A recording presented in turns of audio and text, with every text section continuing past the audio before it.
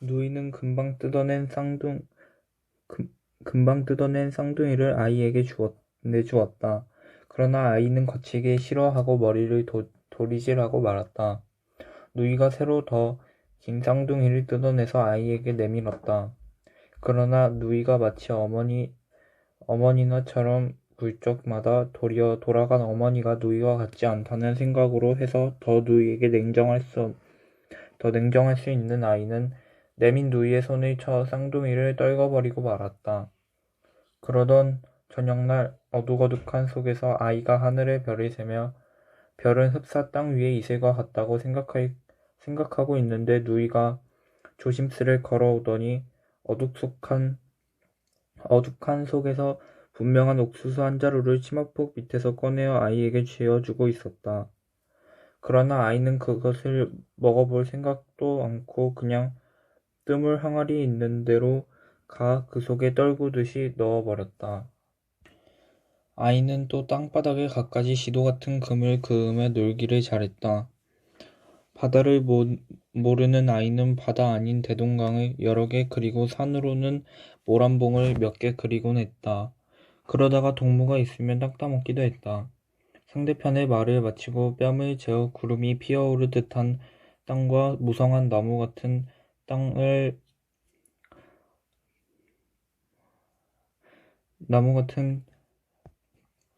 만드는 게 재미있었다. 그날도 아이는 옆집 애와 길가에서 땅 따먹기를 하고 있었다. 옆집 애의 땅한테 아이의 땅이 거의 잠식당하고 있었다.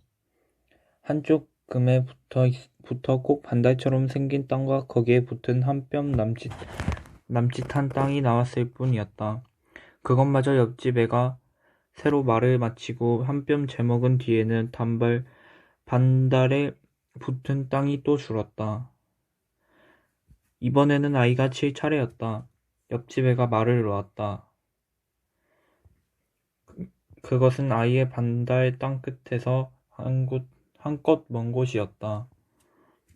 그러나 아이는 기어코 반달 끝에다 자기의 말을 놓았다. 옆집 애는 아이의 반달 땅에 달린 다른 나머지 땅에서 자기의 말이 제일 가까운데 왜 하필 반달 끝에 치려는지 이상히 여기는 눈치였다. 사실 아이의 어디까지나 반달 끝에나 한 뼘만큼 둘러재어 동그라미를 그어 놓았으면 얼마나 아름다울지 모르겠다는 계획을 옆집에는 알턱이 없었다. 아이는 반달 끝에서 옆집의 말까지의 길을 닦았다. 이번에는 꼭 맞춰 이 반달 위에 무지개 같은 동그라미를 그어 놓으리라. 아이의 입은 꼭 다물어지고 눈은 빛났다. 뒤이어 아이는 옆집 애의 말을 겨누어 엄지손가락에 버텼던 장가락을 퉁기었다. 그러나 아이의 장가락 손톱에 맞은 말은 옆집 애의 말에서 꽤 먼 거리를 두고 빗나갔다. 옆집 애가 됐다는 듯이 곧 자기의 말을 집어들며 아이가 아무리 먼 곳에 말을 놓더라도 대번에 맞춰버리겠다는 득이의 미소를 떠올렸다. 그러면서 아이의 말 놓기를 기다리다가 흐려지지도 않은 경계선에 사금팔이 말을 세워 그었다. 아이의 반달 끝이 이지러지게 그어졌다. 아이가 이건 왜 이렇게 하고 고함쳤다. 옆집 애는 곧 다시 고쳐 금을 그었다. 옆집 애는 아이가 자기의 땅을 줄게 그어서 그러는 줄로 알았는지 이번에는 반달의 등이 약간 살찌게 그어 놓았다. 아이는 그래도 것도 아냐 했다. 그런데 어느새 왔었는지 누이 등 뒤에서 옆집 애의 말을 빼앗아서는 동생을 도와 반달의 배가 부르게 긋기 시작했다. 그러나 아이는 누이가 채다 긋기 전에 손바닥으로 막 지워버리면서 이건 더 아냐 하고 소리쳤다.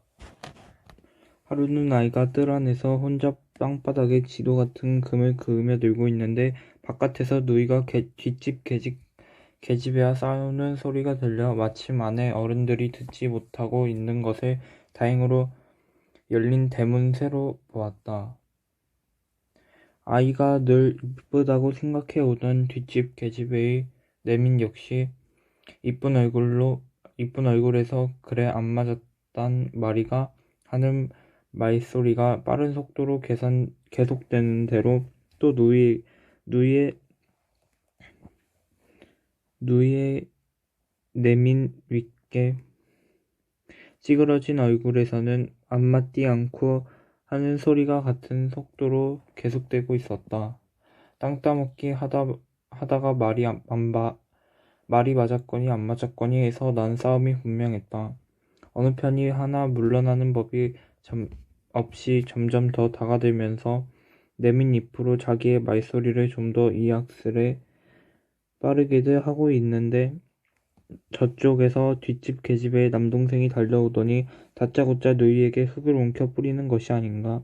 그러자 뒷집 계집애의 이쁜 얼굴이 더 내밀어지며 그래 안 맞았던 말 아이가 하는 소리가 더 날카롭게 빠르게 계속되는 한편 누이는 먼저 한 걸음을 물러나며 안 맞디 않고 하는 소리도 떠져갔다. 뒷집 계집애의 남동생이 또 흙을 옮겨 뿌렸다. 뒷집 계집애의 남동생의 흙을 옮겨 뿌릴 적마다 이쪽 누이는 흠칫흠칫 물러나며 말소리가 줄고 뒷집 계집애의 말소리는 더욱 잦아갔다. 그러자 아이는 저도 깨닫지 못하고 대문을 나서 그리로 걸어갔다.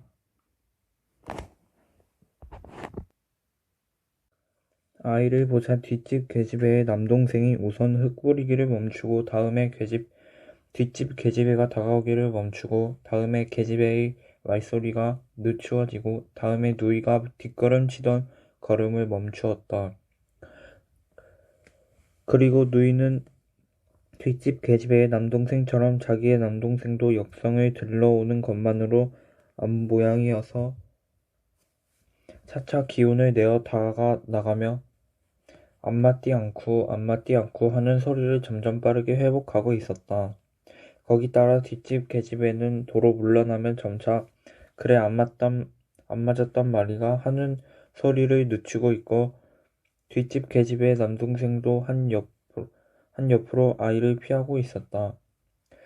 그러나 아이는 싸움터로 가까이 가자 누이의 흥분된 얼굴이 전에 없이 더 흉하게 느껴지면서 어디 어머니가 저래서야 될 말이냐는 생각에 냉연하게 그곳을 지나쳐 버리고 말았다. 그리고 등 뒤로 도로 빨라지는 뒷집 계집애의 말소리와 급작스레 떠가는 누이의 말소리를 들으면서도 아이는 누이보다 이쁜 뒷집 계집애가 싸움에 이기는 게 옳다고 생각하여 저만큼 골목 어귀에서 여물을 먹고 있는 당나귀에게로 걸어갔다. 14살의 소년이 된 아이는 뒷집 계집애보다 더 이쁜 소녀와 알게 되었다. 검고 맑고 깊은 눈하며 깨끗하고 건강한 볼, 그리고 약간 노란 듯한 머리카락에서 풍기는 숱한 향기. 아이는 소녀와 함께 있으면서 그 맑은 눈과 건강한 볼과 머리카락 향기에 온전히 홀린 마음으로 그네를 바라보기만 하면 그만이었다. 그러나 소녀 편에서는 차차 말없이 자기를 쳐다보기만 하는 아이에게 마음 한구석으로 어떤 부족감을 느끼는 듯 했다. 하루는 아이와 소녀는 모란봉 뒤 한 언덕에 대동강을 등지고 나란히 앉아 있었다. 언덕 앞 연보랏빛 하늘에는 희고 산뜻한 구름이 빛나며 떠가고 있었다. 아이가 구름에 주었던 눈을 소녀에게로 돌렸다. 그러고는 소녀의 얼굴을 언제까지나 들여다보기 시작했다. 소녀의 맑은 눈에도 연보랏빛 하늘이 가득 차 있었다. 이제 구름도 피어나리라. 그러나 이때 소녀는 또 자기만 말끄러미 바라보고 있는 아이에게 느껴지는 어떤 부족감을 못 참겠다는 듯한 기색을 떠올렸는가 하면 아이의 어깨를 끌어당기면서 어느새 자기의 입술을 아이의 입에다 갖다 대고 비비었다. 아이는 저도 모르게 피하는 자세를 취하였으나 서로 입술을 비비고 난 뒤에야 소녀에게서 물러났다. 벌떡 일어났다. 그리고 아이는 거친 숨을 쉬면서 상기돼 있는 소녀를 내려다보았다. 이미 소녀는 아이에게 결코 아름다운 소녀는 아니었다. 얼마나 추잡스러운 눈인가. 이 소녀도 어머니가 아니라는 생각이 불현듯 떠올랐다. 아이는 소녀에게서 돌아섰다. 소녀는 실망과 멸시로 찬 아이의 기색을 느끼며 아이를 붙들려 했으나 아이는 쉽게 그늘을 뿌리치고 무성한 여름의 언덕길을 뛰어내릴 수 있었다. 하늘의 별이 별나게 많은 첫 가을 밤이었다. 아이는 전에 땅 위에 이슬같이만 느껴지던 별이 오늘 밤엔 그 어느 하나가 꼭 어머니일 것 같은 생각이 들어 수많은 별이 뒤지고 있었다. 그러나 아이는 곧 안에서 누구를 꾸짖는 듯한 아버지의 음성에 정신을 깨치고 말았다.